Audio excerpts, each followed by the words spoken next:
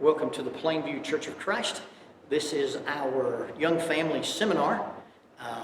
My name is Lonnie Jones, and I have been asked to do a series of presentations on Christians and mental health, or maybe Christians' responses to mental illness. This is an interesting topic, and it's a kind of a strange one. As a minister, I do these kind of presentations a lot at companies.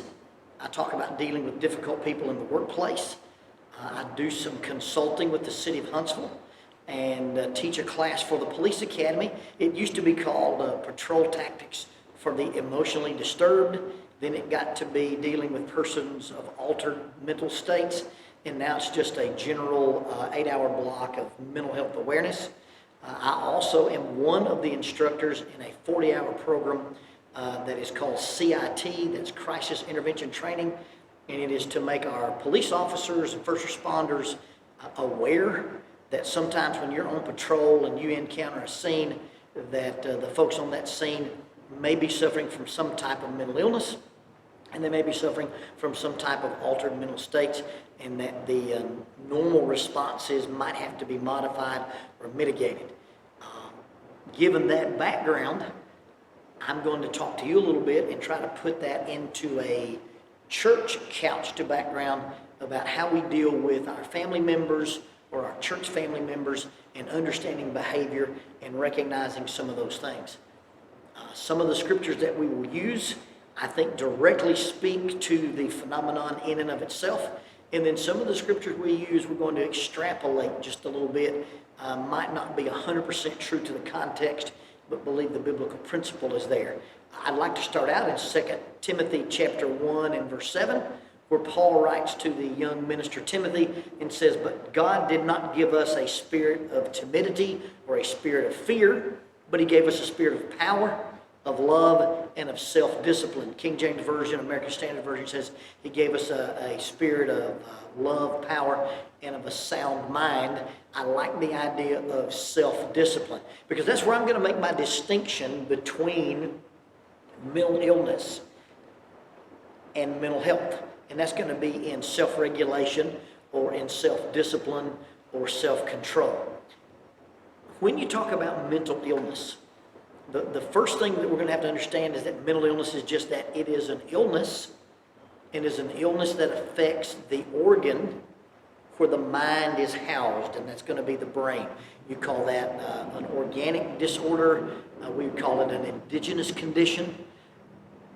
And so when you think about a person who is mentally ill, that illness is no different than somebody who has a heart problem. It's no different than somebody who has a problem with their pancreas or their kidneys. It is a medical condition. It's because an organ in the body is not functioning properly, and so it is an illness. Now, the differentiation between, hey, I see this person and they're exhibiting this type of behavior, how do I know if it's true mental illness or if it's some kind of a maladaptive response? That's a razor-thin wire. I'm not real sure that even Solomon could tell you exactly, precisely, every single time how that works. So let's start with just some general concepts.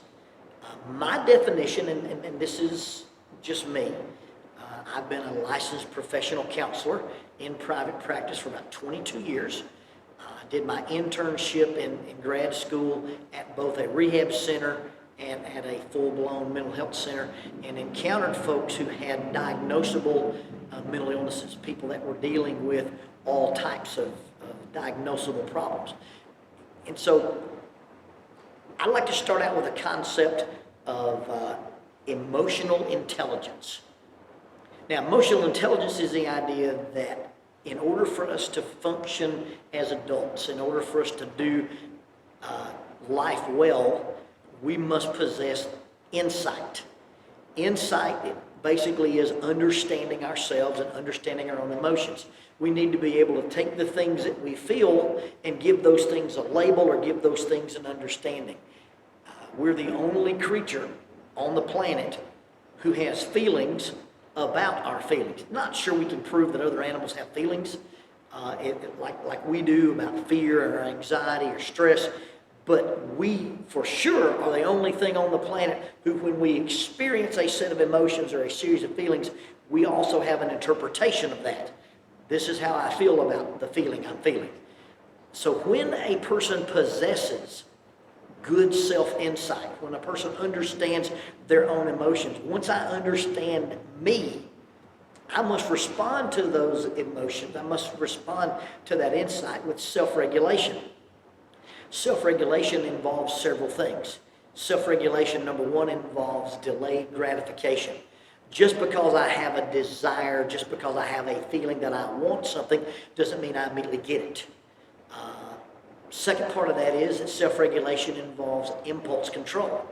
Just because I have a feeling doesn't tell me I can act in a certain way.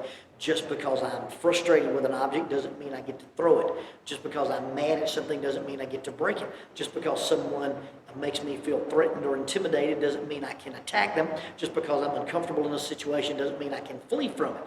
So understanding, hey, these are my feelings, being able to label those feelings, and then respond to those feelings with delayed gratification, respond to those feelings with impulse control, and then the third thing, if I can delay gratification, and if I can control my impulses, then I quite possibly possess a skill known as motivation. That's the ability to decide that I'm willing to invest some long-term effort into a result or into an outcome later down the road.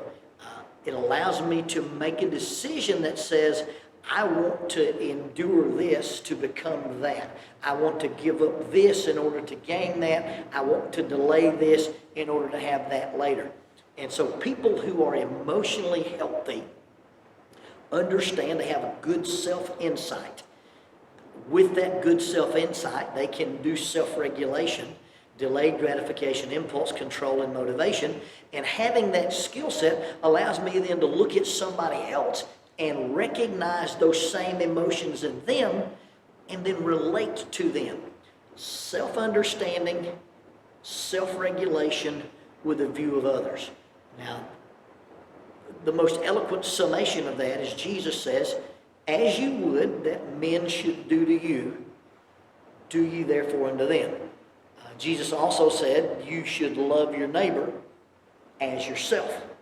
If I have a good balance, if I have a good understanding of myself, and I use that understanding of myself to either be able to superimpose my feelings and go, oh, if I were that person and I were in this situation, how would I want to be treated? That's the idea of empathy, the idea of putting myself in another person's position and being able to respond to that. What you'll find out when you deal with people who are struggling with a mental illness is that they do not possess the capacity for either one or more of those things. Now, it's important to differentiate between deficit versus capacity. There are some people whose behavior, some people whose interaction, some people whose pattern of functioning falls outside the norm. You'll see that they have a long history of failed relationships. They have a long history of not getting along with other folks. They have a tendency to be marked by people who have been in and out of relationships or in and out of jobs. And I don't mean people moving or being mobile in their careers. I'm talking about a guy who's had 9 jobs in 9 weeks. And it's a postal carrier, a construction worker, a cement mixer, an IT guy. It's not just that they move from opportunity to opportunity, it's that they never work well inside of any system. And so when we start talking about, is this person mentally ill or is this person mentally healthy, got to be a differentiation made between, does this person have a deficit in these skills? They have them, they just don't use them. Or do they absolutely lack a capacity? Or is it a deprivation of those skills? And that's going to be my marker. That's going to be my key that says, okay, this person is mentally ill, this person is not. This person suffers from a mental illness, this person does not. In a really bizarre kind of example, let's suppose that you had a squirrel that was born in the woods, and it was born in a tree, and through whatever thing of fate, every limb on the tree was rotten. So every time the squirrel goes outside the nest and gets on a limb, he falls to the ground. Every time he goes out the nest, ventures into a limb, that limb breaks, he falls on the ground. At some point, probably you could imagine in that scenario that you've got a squirrel who won't climb a tree. Now, does the squirrel possess the ability to climb a tree? Absolutely. One of the best climbers, you should see them jump, you should see them orient their heads in three-dimensional space, use their tail as a rudder to fly or glide. Unbelievable acrobats. But a squirrel can climb a tree. In our case study, this little squirrel doesn't. He's got the ability, but he has a deficit in using the ability, as opposed to, let's go out here in the pasture and find us a horse and let's try to make him climb a tree. The horse does not possess the capacity to climb the tree. The difference in mental illness and mental health is going to be deficit. Do I have the skills and for whatever reason I'm not using them, or is there an absolute lack of capacity? I don't possess self-insight. I don't possess self-regulation. I don't possess the ability to have empathy and put myself in another person's shoes. Now, once we make that differentiation, I believe we are on the path of, is this a person who is emotionally unstable? Is this a person who's behaving irrationally? Versus is this a person who has a true mental illness? Now, the good news for that, or I don't know if you'd call it good news, please bear in mind that God does not hold us accountable for that which we are not responsible. Notice when Paul says to Timothy, your response to life, your response to being left alone in the city of Ephesus as the only minister to handle these church problems, I want to remind you, God did not give you a spirit of timidity. God didn't give you a spirit of fear, but he gave you a spirit of power, of love. One version says of a sound mind. The International Version says of self-discipline. If we do not possess the inherent capacity for self-regulation, then God's not going to hold us accountable for something that we are not responsible. It would be just as ridiculous for somebody to say, hey, the Bible says that it's a sin to be short and bald. Well, there's nothing I can do about that. I do not possess the capacity for height. And at this point in my life, I don't possess the capacity for hair. And so God looks at people's situation. I'm not saying that that person struggling from various kinds of mental illnesses don't create chaos. I'm not saying that they don't do things that are damaging. I'm not saying that persons struggling with these kind of things don't damage families and don't damage finances, but they are not inherently evil. Their actions may cause a lot of chaos, but if they don't possess the ability to self-regulate or impulse control because of an inherent, an indigenous, or an organic problem with the brain, then they're not going to be held accountable in the eyes of God. I know many, many Christians struggle with the idea that my loved one suffers from this, that, or the other, and their behavior manifests this way, and we worry about their salvation. If they do not possess the ability of self-regulation or self-discipline, if that capacity is gone in them or never developed in them, God does not hold them accountable for that which they are not responsible. And so as we begin to talk about getting along with various and sundry kinds of mental difficulties or behavior that manifests itself in a certain way, I think it's very important for us to understand whether or not we're talking about somebody who is responsible or somebody who is not responsible. And that's the big difference between grace and mercy. See, if you've got a person who can't control their actions, why would God punish them? Why would God ban them from his presence? And you take people who, with full consciousness, choose to rebel against God, and then we can repent and we can be saved, and God says, I'll bring you into the fold, I'll forgive you, I sent Jesus as a sacrifice. If God takes care of us, when in full capacity of our senses, we choose to do things that are rebellious, if God's love and mercy and grace falls toward those people, then God's love and mercy and grace absolutely flows toward folks who don't possess a capacity for self-regulation, impulse control, delayed gratification, motivation, or empathy. And so as we begin our study and as we begin this series, that's a big differentiation I want to make. Now, sometimes I can't exactly tell you the differences. I can't look and say, yes, I definitely say this person has a diagnosable condition or this person is maladaptive in their approach. We'll talk about some of that later. But for the beginning, let's set that out as our kind of baseline understanding. That we're talking about the things that the Bible talks about in relationships with husbands and wives, in relationships with people in churches, in relationships with people in communities. We're talking about the bell curve of normal relationship. People who fall outside the bell curve for whatever reason, I don't believe the New Testament principles apply to those interactions. Romans chapter 12, the apostle says, as much as possible, as much as it depends on you, live at peace with all people. The idea that there are some functions, that there are some interactions between people that you're not responsible for. There are some things that when you get involved with other people, you don't have any control over that. And so as much as is possible, as much as the end of it you control, live at peace with all people.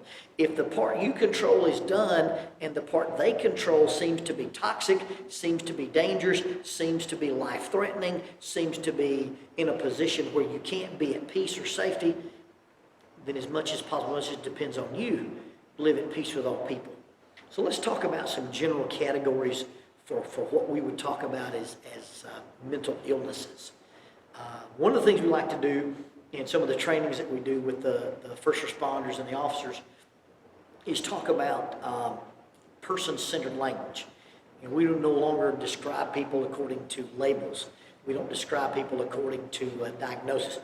We want to avoid talking about schizophrenics or bipolars. We talk about people who are struggling with schizophrenia or people who are struggling with bipolar.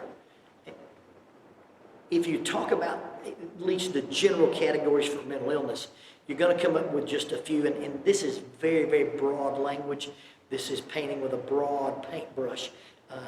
Number one, we want to talk about mood disorders, personality disorders, psychotic disorders, developmental disorders, and substance use or substance abuse disorders. Now, in all of these situations, it's going to be very difficult to determine the difference between is this a disease versus is this a dysfunction? Is this a disease or is this a maladaptation? The only real marker for that is if you can, to the best of your knowledge, determine is this going to be a deficit? These people possess these skills and are not using them, or are those skills absolutely absent? In general terms, persons who suffer from mood disorders are people who have difficulty in relationship with their own emotions. So a mood disorder means that a person does not function well with, am I happy, am I sad, am I anxious, am I secure? Their emotions are all over the place. Probably the most prevalent that we're going to see in the church are anxiety disorders, bipolar disorders, or people who are suffering from a severe depression. That's probably going to be most of the anxiety type or mood disorders that we'll run into on a pretty frequent basis. Next to the mood disorders is personality disorders. Personality disorders are those individuals who have difficulty in relationships with relationships.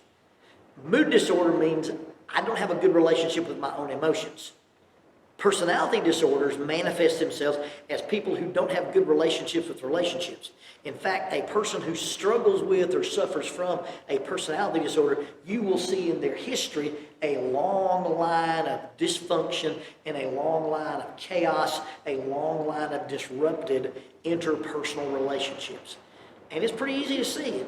You sit down with somebody and they begin to tell you, hey, I'm in an unstable relationship, I don't have a good relationship with my parents, and I don't have a good relationship with my adult children, and I don't have a good relationship with my church. It's pretty easy to ask the question, do you have a friendship right now that has been intact for more than 5 years? And what you'll find out that folks who struggle with the various personality disorders have a long history, a long trail of failed or at least chaotic or at least very volatile interpersonal relationships. Mood disorders, I struggle between a relationship with myself and my emotions. Personality disorders, I have a struggle in my relationships with other relationships. Psychotic disorders are those individuals who suffer and have a difficulty in their relationship with reality. Folks who suffer from any number of psychosis are going to be folks whose interpretation of the world is way, way different than ours. Typically, those folks are going to suffer from hallucinations. They're going to suffer from delusions. They're going to have a break with reality. They're going to get messages from TV that you don't get. They're going to see things in writing and it'll be something totally different than them. They're going to suffer from seeing things that aren't actually in the room. It's important to understand the difference between illusions, hallucinations, and delusions. An illusion is if I walk into a place and maybe the lights are dim or maybe I'm not wearing my contacts, I can see something in the room and misinterpret it. I might see an extension cord and think it's a snake. I might see a hanging decoration spinning on a ceiling fan and think it's a bat. That's I'm seeing something and I'm misinterpreting what it is. That's an illusion. It's not a sign of mental illness. It's a sign of being jumpy. It's a sign of not wearing your contacts or your reading glasses. A hallucination is I see things and there's nothing there. I see things, or I hear things, I smell things, I feel things, and there's nothing in the environment to produce those sensations. Hallucinations are not me seeing something in the environment and misinterpreting it. They're things that are being created by the dysfunction in the brain and being manifested there in front of me, whether it's hearing a voice or seeing an object or seeing a creature or whatever that is. A delusion is a firmly held belief that has no factual backup. A person may think that they're a genius. A person may think that they're wealthy. A person may think that they're the reincarnation of some person. A person may think that, they're a prince from overseas and they've lost their identity and they've lost their credentials and they've got access to all this money, but the government's blocking it and taking it from them. So people who have struggling with connecting the relationship with reality suffer from either hallucinations or delusions. Hallucinations are those things that we create in our mind or our mind creates, or a delusion is something, a firmly held belief that has no basis or no backup into reality. Then we talk about developmental disorders. Now, developmental disorders come in two spectrums. One is on the very extreme end of adulthood. You start getting into the Alzheimer's or the dementia. And what happens is, as a function of age, brain matter, the actually organ of the brain, begins to deteriorate and fade away. And so a person with a developmental disorder, that's on the far end of development. They've gotten so old that the actual structure of the brain is starting to degrade. Everything from hardening of the arteries to Alzheimer's or early onset dementia. Or you have a developmental disorder on the beginning end. And those are those disorders that keep a person from developing at a normal pace, or even they hit a ceiling where they can't develop past that.